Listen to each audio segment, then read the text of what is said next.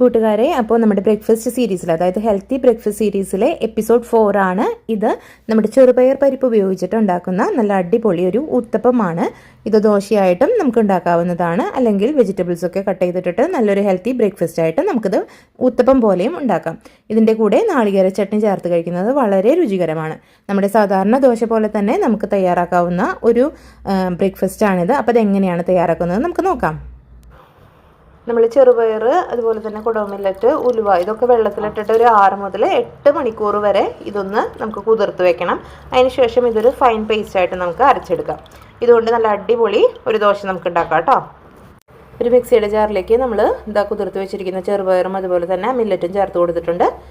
ഇനി അതിലേക്ക് 2 പച്ചമുളക്, ഒരു ചെറിയ കഷ്ണം ഇഞ്ചി ഇതുകൂടി ചേർത്ത് കൊടുത്തിട്ട് നന്നായിട്ട് നമുക്ക് ഫൈൻ പേസ്റ്റായിട്ട് അരച്ചെടുക്കാം. ഇപ്പോൾ നമ്മുടെ ബാറ്റർ ഇവിടെ സെറ്റായിട്ടുണ്ട്. ഇതിലിപ്പോൾ പ്രോട്ടീൻ്റെയും കാർബ്സിൻ്റെയും അംശമുണ്ട്. ഇനി നമുക്കിതിലേക്ക് കുറച്ച് ഫൈബറും കൂടി ചേർക്കാനുണ്ട്. അതിന് വേണ്ടിയിട്ട് നമ്മൾ അരിഞ്ഞു വെച്ചിരിക്കുന്ന കുറച്ച് ക്യാരറ്റും അതോടൊപ്പം തന്നെ കുറച്ച് തക്കാളിയും കൂടി നമ്മളിതിലേക്ക് ചേർത്ത് കൊടുക്കുന്നുണ്ട്. ഇനി ഇതിനെ നന്നായിട്ടൊന്ന് മിക്സ് ചെയ്തിട്ട് നമുക്കിതിന് ദോശ തയ്യാറാക്കാം. ദോശ തയ്യാറാക്കുന്നതിന് വേണ്ടിയിട്ട് ഒരു പാൻ അടുപ്പത്തേക്ക് വെച്ച് കൊടുത്തിട്ടുണ്ട്. പാൻ ചൂടായി വരുമ്പോൾ നമുക്ക് ഈ മാവിനെ ഇതിലേക്ക് ഒഴിച്ചു കൊടുക്കാം. സാധാരണ നമ്മൾ ഊത്തപ്പൊക്കെ ഉണ്ടാക്കുന്നത് പോലെ തന്നെ നമുക്കിത് ഉണ്ടാക്കിയെടുക്കാവുന്നതാണ് കേട്ടോ. നല്ല രുചിയാണ് ഇതിന്. നമുക്ക് ദോശയിൽ നിന്നും വ്യത്യസ്തമായിട്ടുള്ള വേറൊരു രുചിയൊന്നുമല്ല. സാധാരണ ദോശയുടെ ടേസ്റ്റ് തന്നെ ഉണ്ടാവും. നമ്മളിതിൽ ഉഴുന്ന് ചേർത്തിട്ടില്ല എന്ന് മാത്രമേ ഉള്ളൂ. അപ്പോൾ ഇതെല്ലാവരും ഒന്ന് പരീക്ഷിച്ച് നോക്കണം കേട്ടോ. നല്ല ഹെൽത്തി ആയിട്ടുള്ള ഒരു ബ്രേക്ക്ഫാസ്റ്റ് ആയിട്ടോ ഡിന്നറായിട്ടോ അല്ലെങ്കിൽ ലഞ്ചായിട്ട് പോലും നമുക്കിത് കഴിക്കാവുന്നതാണ് കേട്ടോ. അപ്പോൾ നമ്മുടെ ദോശ ഇവിടെ സെറ്റായിട്ടുണ്ട് കേട്ടോ.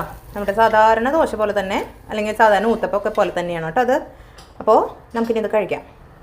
അപ്പോൾ ദോശ ഇവിടെ റെഡിയാണ്. ഞാനിത് കഴിക്കാൻ പോവാണ് കേട്ടോ. അപ്പോൾ അടുത്ത എപ്പിസോഡിൽ വീണ്ടും കാണാം. അതുവരേക്കും ബൈ ബൈ.